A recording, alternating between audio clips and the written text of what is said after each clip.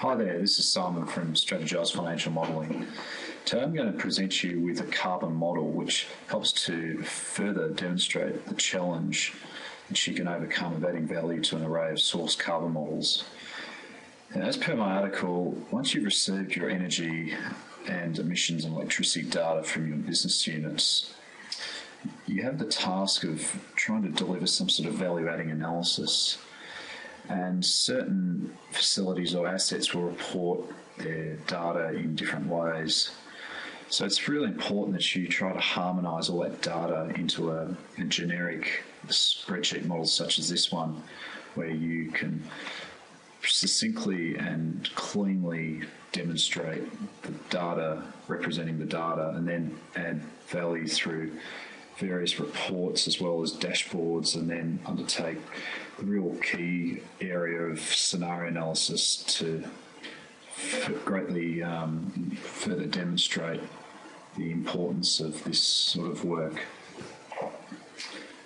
So showing you the assumptions, our key data date metrics, and then the key items representing the different business units in your company. And then you want to obviously break it down by respective business assets, facilities of each business unit. And you want to obviously specify for scope 2 emission calculations the province or state.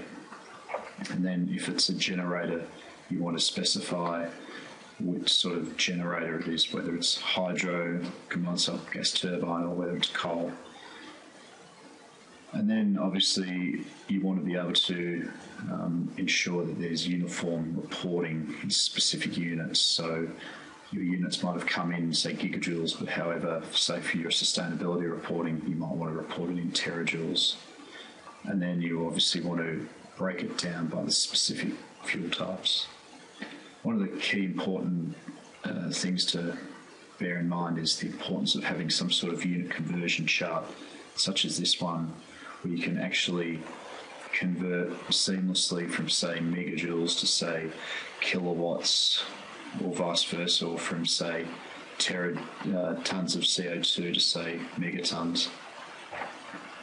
Moving along, I'll firstly quickly run through, as per my previous article, the areas of analysis that you want to report in a carbon model. So you want to show your energy consumption, obviously show the detail, as so your electricity consumption similarly, and don't forget the importance of ensuring error checks part and parcel of your model. Energy production, and then obviously the emissions, both scope 1 and scope 2 greenhouse gas emissions. And then your financials, which can help provide a further analysis of allowing executive management to understand how much, say, revenue they're generating per tonne of CO2 or EBITDA, for example. Moving along to the reports, sustainability reports by different business units, which often companies report in their annual report. And then ad hoc reports such as Carbon Disclosure Project,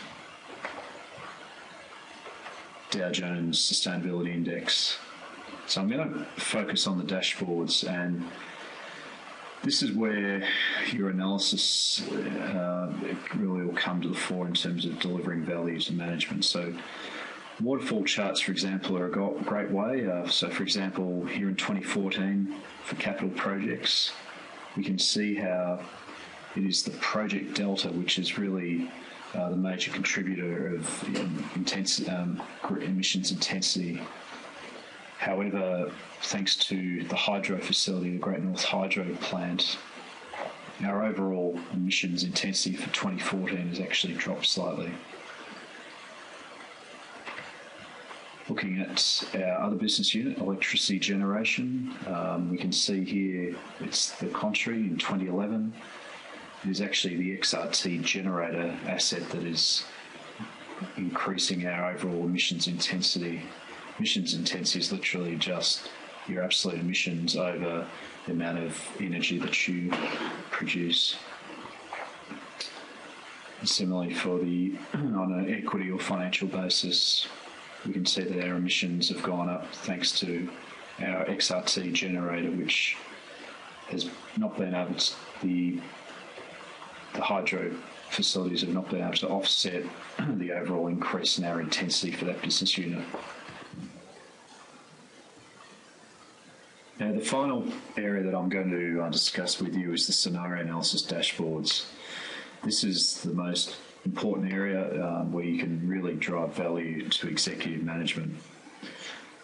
The first scenario I'm going to look at is seeing the impact that the Far North Quebec nickel acquisition will have on the capital projects business unit in terms of their absolute emissions or energy consumption or their overall emissions intensity. I'm going to focus on the emissions and the overall emissions, and as we can see in the year 2014, obviously I could also look at it in another year, but I'm going to, for now, just look at 2014. The overall emissions for the business unit has gone up slightly, partly thanks to the acquisition of this Far North Quebec nickel asset. Similarly, on an equity or financial control basis, looking from an energy production, it's had a small impact on our energy production.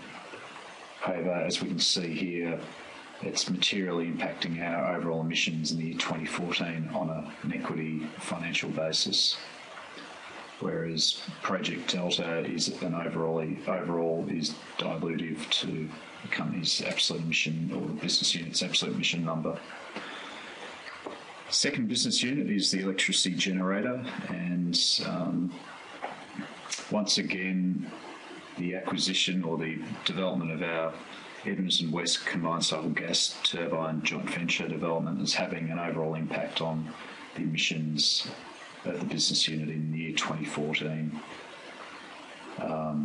whereas the XRT generator is an overall dilutive to emissions. Along with the Western Lake generator, the new Edmonton development is having an overall accretive impact on our emissions of the company, of the business unit. However, on a financial or equity control basis, it's less so than overall emissions of the Edmonton West development. So there we have it. That is the two main areas that I want to discuss in this article: the use of sensitivity scenario analysis and waterfall charting dashboard analysis. These are the real areas that you can add value to an array of source carbon models that you receive from business units or asset classes in your company. Thank you.